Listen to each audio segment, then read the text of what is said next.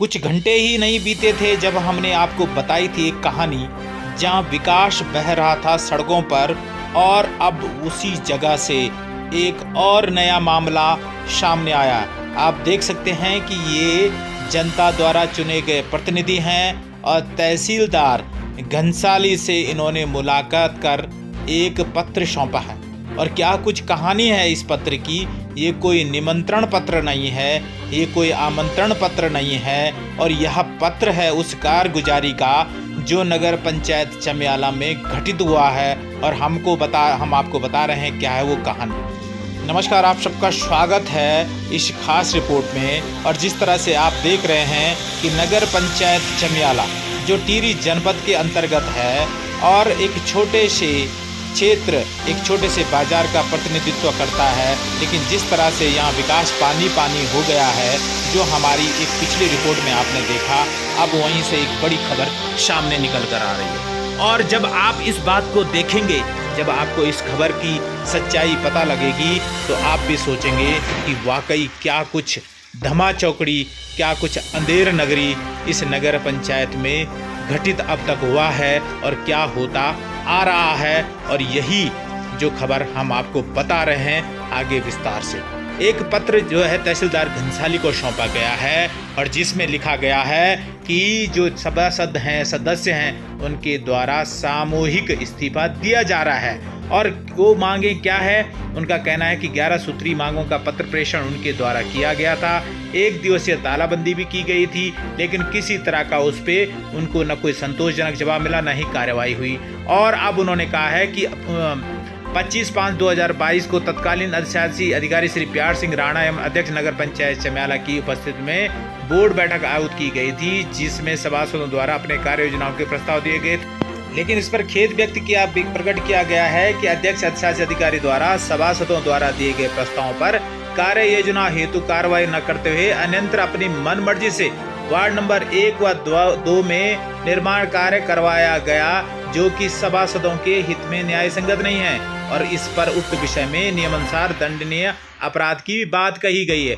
वहीं दूसरा बिंदु में कहा गया है कि शपथ ग्रहण के दिन प्रथम बोर्ड बैठक आयोजित की गई थी, जिसमें सफाई एवं साज सज्जा को देखते हुए 12 लाख की सामग्री जैसे कूड़ादान व पार्क बेंच आदि का क्रय किया गया था। महोदय, 4 वर्ष भी नहीं बीते कि अध्यक्ष और तत्कालीन अधिशासी अधिकारी श्री प्यार सिंह राणा द्वारा उक्त पार्क बेंच कूड़ादान को बिना बोर्ड बैठकों व सभासदों को बिना विश्वास में लिए हुए उसकी नीलामी कर दी गई, जो कि अत्यंत खेदजनक विषय है। तीसरे बिंदु के अनुसार कहा गया है कि क्षेत्र के अंतर्गत 2 सुलभ शौचालय जिसमें बिजली पानी की व्यवस्था हेतु प्रत्येक 3 महीने बाद बिना किसी वजह केवल अपने चहेतों को फायदा पहुंचाने हेतु बिना जीएसटी वाली फर्मों के बिल भुगतान किए जाते हैं, जो कि प्रशासन की आंख में धूल झोंकने जैसा प्रतीत होता है। और वहीं अनेक कार्य हेतु जैसे साफ सामग्री, पथ प्रकाश, कोविड-19 की सामग्री इत्यादि सामानों को बाजारी मूल्यों से अधिक दर पर खरीदा गया, जिसकी उच्च स्तरीय जांच होने की बात सभासदों द्वारा कही जा रही है। और वहीं जो शहरी विकास निदेशालय देहरादून से प्राप्त सूचना के अनुरूप एसीपी प्रस्तावों की मांग की गई थी, किंतु अधिशासी अधिकारी व अध्यक्ष महोदय ने बोर्ड सदस्यों को अवगत न करते हुए अपनी मर्जी से एक ही वार्ड में जरूरत से ज्यादा प्रस्ताव दिए गए, जिस संदर्भ में अधिशासी अधिकारी द्वारा कहा गया कि मुझे उक्त मामले की कोई जानकारी नहीं है। अध्यक्ष महोदय से पूछे जाने पर उनके द्वारा कहा गया कि मुझे व्यक्तिगत शहरी विकास निदेशक श्री पांडे जी द्वारा एक ही वार्ड के प्रस्ताव के लिए कहा गया है। महोदय, उक्त विषय का खंडन अति आवश्यक है। 6वें पॉइंट के अनुसार वर्तमान में कार्यालय साज सज्जा हेतु 24 लाख की धनराशि को शासन द्वारा नगर पंचायत चमियाला को आवंटित किया गया है। अधिशासी अधिकारी अध्यक्ष महोदय द्वारा दिनांक 23/5/23 को बोर्ड बैठक के सम्मुख इसको नहीं रखा गया, जो कि वार्ड सदस्यों को अगवा करने जैसा प्रतीत होता है। वह व्यक्तिगत धन लाभ हेतु मनचाहे व्यक्ति को मनमाने ढंग से कार्य देकर खर्च करने की साजिश नजर आती है इस कार्य में। और मजे की बात देखिए कि वार्ड सदस्य कह रहे हैं कि अब तक जितनी भी निविदा आमंत्रित की गई है उनका व्यापक प्रचार प्रसार किसी भी दैनिक समाचार पत्रों में नहीं किया गया है। और ये सबसे बड़ी बात, महोदय, बोर्ड फंड, स्वच्छ भारत, 4 धाम यात्रा शासन से प्राप्त धनराशि को पूर्णतः गबन किया गया, एक बड़ा आरोप।